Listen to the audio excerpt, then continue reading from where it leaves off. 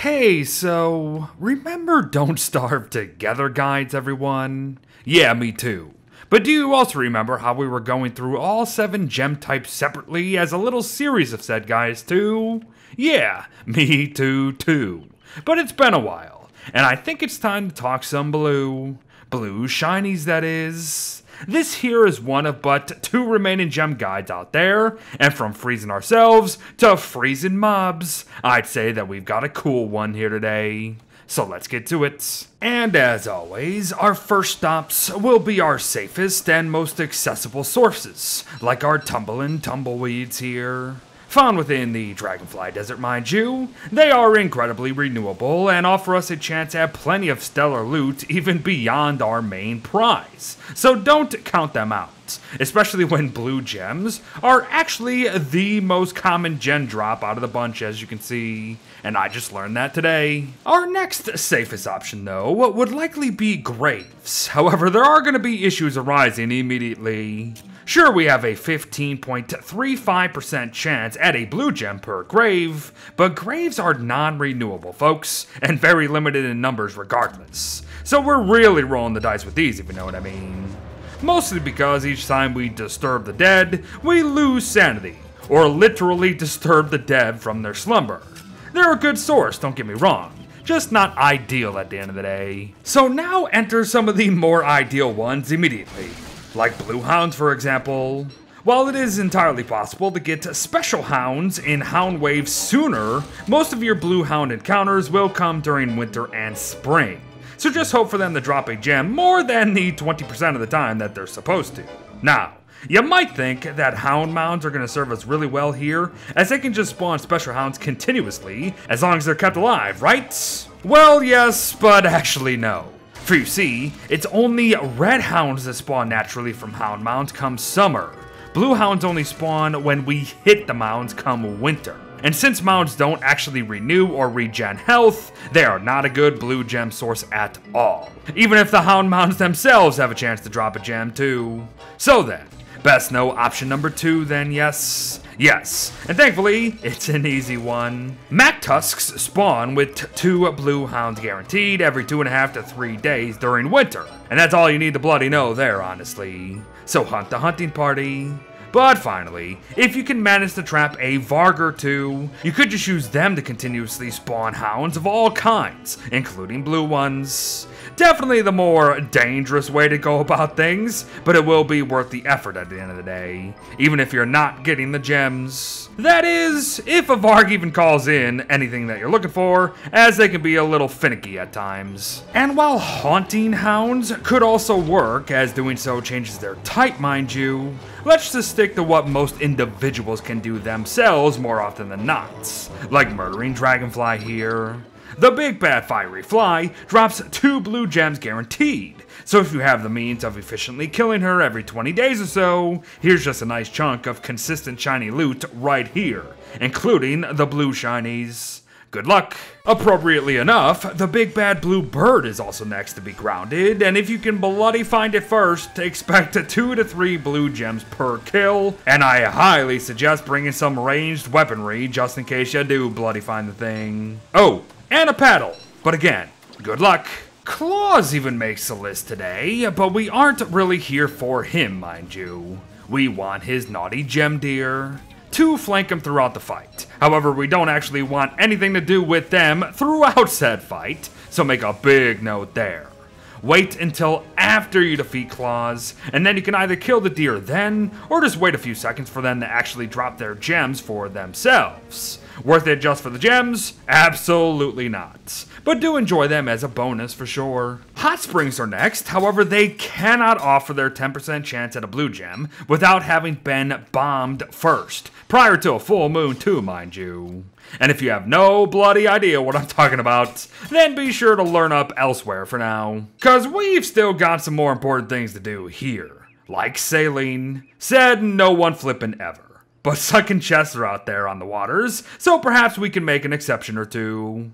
Find Pearl, meet Pearl, read another message in a bottle, and it might point you towards a sunken chest potentially. And it's 30% chance of a blue gem at the end of the day. Don't forget your pinching winch though. But from the high seas to the lowest of caves, our next source is a bunch of rocks. And no, not joking. Stalagmites here offer a whopping 5% chance at a blue gem, but only these stalagmite types, folks, not the tall ones. They aren't the best, they aren't the worst, but they are non-renewable. So that's just overall not great. Well, when it comes to blue gems, that is. But ancient statues found in the ruins are renewable, actually. And we can tell what gem they will be dropping for us by simply checking the ends of their staves or the base of their heads, as you can see. And yes, it is that simple. So let's move on to the Ornate chests found in the labyrinth, as they are also renewable. However, they're also trapped 66% of the time. So that's not good. And the effects of said traps are pretty frickin' annoying. So I'm not entirely sure just how worth it is to open them for a 15% chance at 1 to 2 blue gems. But you do you, I suppose. Now the large Ornate chest that will be waiting for you after an ancient guardian kill, on the other hand, will be worth it one way or another for sure. For our needs, a 66% chance at a potential 3 to 5 blue gems is phenomenal. But enjoy any of the great loot you'll be getting from this, of course. But already our last real source of the day will be broken ancient pseudoscience stations. And I say real, because while earthquakes can actually drop blue gems, you are not walking away with enough per quake to have them matter even in the slightest. But we should probably not even credit ancient pseudoscience stations here that much either, as a 0.56% chance is not worth the trouble. So then, we're on to the crafts of blue gems, I think. Yes, yes. And we begin with how blue gems can actually help us make purple gems, everyone. Smash one together with a red gem near a prestidigitator, and the purple gem refinement craft will be yours forever. So purple power. Next comes a hugely important craft in the salt box, folks. 10 salt crystals, 1 blue gem, and 1 cut stone for a food storage container that may not be able to house cooked food, crockpot dishes, jerky, ice, or honey, but will still keep all else fresher for longer, even over that of an ice box. That's the kicker. Salt boxes are really flippin' good, so get you one. However, this guy I can take, but mostly leave. Well, unless we're transforming him into his snow variant, that is.